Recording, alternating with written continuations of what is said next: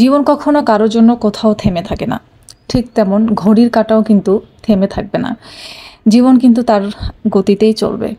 তো আমাদের জীবনে ভালো সময় খারাপ সময় সবই আসবে। দুটোকেই আমাদেরকে সমানভাবে মেনে নিতে হবে এবং এনজয় করতে হবে। ভালো সময়ও যেভাবে আমরা এনজয় করব, খারাপ সময়টাতেও কিন্তু সেভাবে আমাদেরকে ফাইট করে যেতে হবে। এটা এরই নামই মনে হয় জীবন আসলে। তো যাই হোক, আসসালামু আলাইকুম, সবাই কেমন আছেন?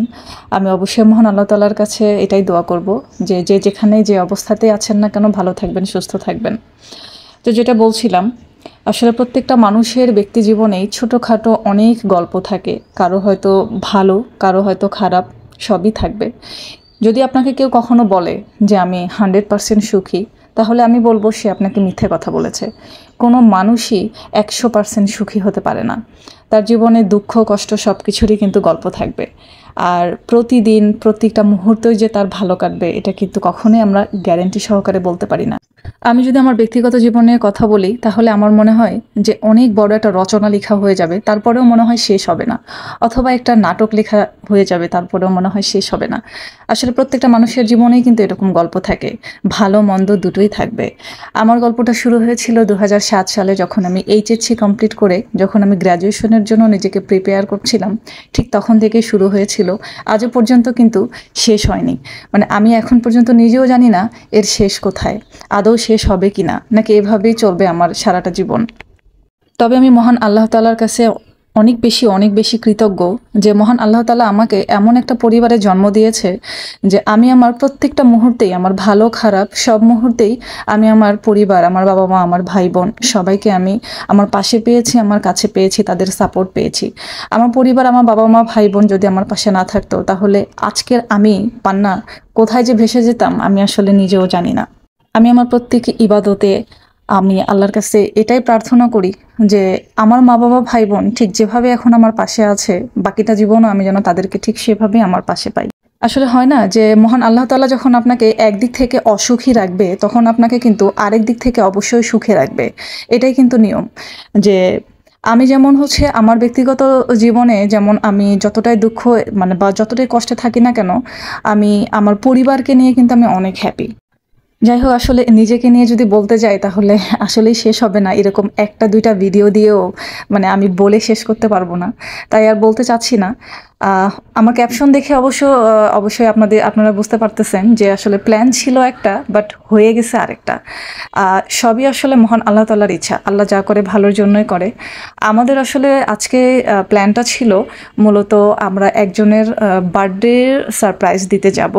আমরা হয়তো বা একটা কেক নিয়ে বা ফ্লাওয়ার্স বা কিছু একটা নিয়ে তার বাসায় যাব, তাকে আমরা তার বার্থডে সারপ্রাইজ দিব। বাট যখন শুনলাম যে না, তার অফিস আছে, তার আজকে মানে দিনে ডিউটি, সে অফিসে চলে যাবে, আর সে যখন বাসায় ফিরবে তখন অলরেডি রাত্রে 12টা বেজে যাবে। তো তার বার্থডে সেলিব্রেশন আসলেই সম্ভব না, আর আমরাও তাকে সারপ্রাইজ দিতে পারবো না। কিন্তু আবহাওয়াটা এত সুন্দর ছিল যে আমরা আসলে এটাকে মিস করতে চাচ্ছিলাম না। তাই আমরা হুট করে প্ল্যান করে ফেলছি যে বার্থডে সেলিব্রেট যখন হলোই না, তখন আমরা একটা কাজ করি, কোথাও থেকে ঘুরে আসি। তখন হঠাৎ করে আমাদের মনে হলো যে যেহেতু আবহাওয়াটা এত সুন্দর, তাহলে এমন একটা জায়গায় যাওয়া যাক যেখানে আমরা খুব ভালো একটা পরিবেশ পাবো, আমাদের সময়টাকেও আমরা খুব ভালোভাবে কাটাইতে পারবো। তো আসলে তারপর আমরা চলে গেছি বেড়িবাঁধে। এটা হচ্ছে তামান্না পার্কের আগে একটা প্লেস, খুব সুন্দর। এটা নতুন করে বানানো হচ্ছে, মানে আমাদের মতো সাধারণ মানুষদের জন্য। এখানে যেতে কোনো টিকিট লাগে না। যদি আপনার কাছে বাইক অথবা গাড়ি থাকে, সেক্ষেত্রে অবশ্যই আপনাকে একটা মিনিমাম চার্জ দিয়ে সেটা ওখানে রাখতে হবে, জাস্ট এতটুকুই। এখানে বসার জন্য খুব ভালো একটা স্পেস আছে। এটা নতুন করে আসলে তৈরি করা হচ্ছে। এখানে একটা ব্রিজের মতো করে করা হচ্ছে, যেটা অনেক লম্বা। এখানে মানুষ একটা সময় দেখা যাবে যে হাঁটাহাঁটি করবে, আড্ডা দিবে, ঘুরে বেড়াবে, পরিবেশটাকে উপভোগ করবে। আর এখানে নৌকার ভ্রমণের একটা সুযোগ আছে, যেটা মিনিমাম একটা চার্জ আছে। নৌকাতে উঠতে গেলে এই চার্জ দিয়ে আপনি হচ্ছে এখানে নৌকা রাইড করতে পারবেন।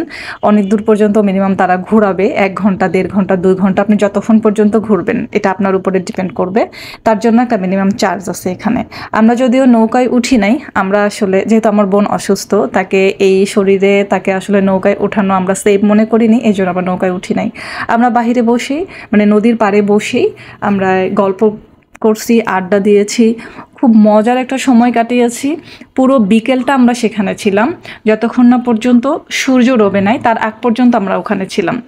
তো যেহেতু কিছুক্ষণ পরে মাগরিবের আজান দিয়ে দিবে, তো আমরা ডিসাইড করলাম যে মাগরিব পর্যন্ত আসলে এখানে থাকা ঠিক হবে না। মানে আমাদের জন্য প্রবলেম নাই, বাট আমার ছোট বোনের জন্য প্রবলেম হতে পারে।